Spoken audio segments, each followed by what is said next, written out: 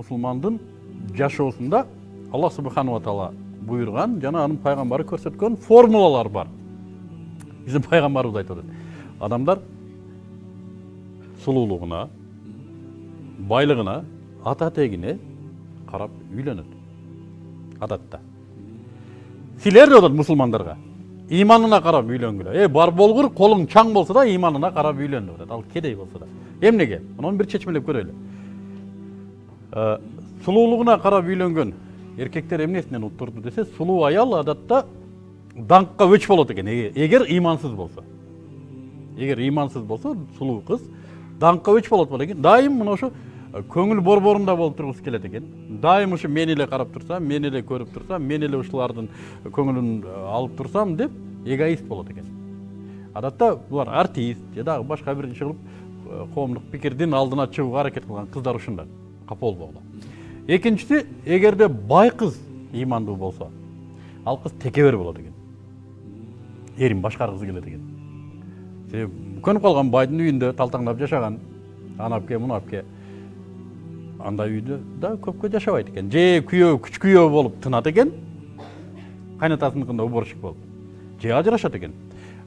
Искендер Зулкарнайн деген дагы керек болсо, ушунчалык бай дүйнөнү дүңгүрөткөн кол башчы дагы Даранын кызына үйлөнбөй койгон. Бул күйөөнү башкарам деген кыз экен депчи. Үчүнчүсү, айтайлы, ата теги жакшы кыз. Бүгүнкү күндө чоңдордун кызы дейбизби? Элитанын кызы. Имансыз болсо, ал үйдө төшөгү сыбайт дейт. Атасыныкына кете берет экен, атама барам. Тайынем той кылып атат, таятам юбилей кылып атат, тайжем чакырды, паланча байкемдин, паланча инисинин, паланча бөлөсүнүн мындай тою болуп атат, үйдө турбай деген иш. Үчөө тең, сулуу дагы, байы дагы, ата теги жакшы дагы, эгер имансыз болсо ушундай. Бул биздин турмушта барбы? Бар. Эми сулуу кыз имандуу боло турган болсо дейт, ал күйөөсүн жыргалы дейт.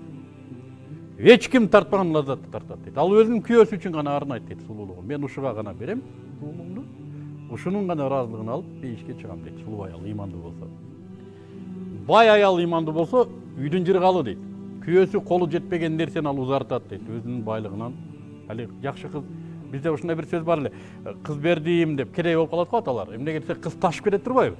Бар жокто. Кыз дайым атаныкынан ташып турат экен. Үйдө колу узарат дейт, эрдин. Айтпайт дейт, мен сени багып атамын деп. Мен берип атам акчаны деп күйөөсүнүн чөтөнүн салып койт. Убактылуу нерсе барбыр. Эми үчүнчүсү, ата теги жакшы кыз имандуу болсо, балага жакшы тарбия берет дейт. Балага жакшы тарбия берет дейт. Ошон үчүн сулуулугунда карайбыз. Сөзсүз. Байлыгында карайбыз. Сөзсүз. Ата тегинде карайбыз. Бир алкаш, ууру кескинин кызын алып жиндүү болбойлу. Бирок үчөөсүнүн тең негизги критерийи иманында болуш керек.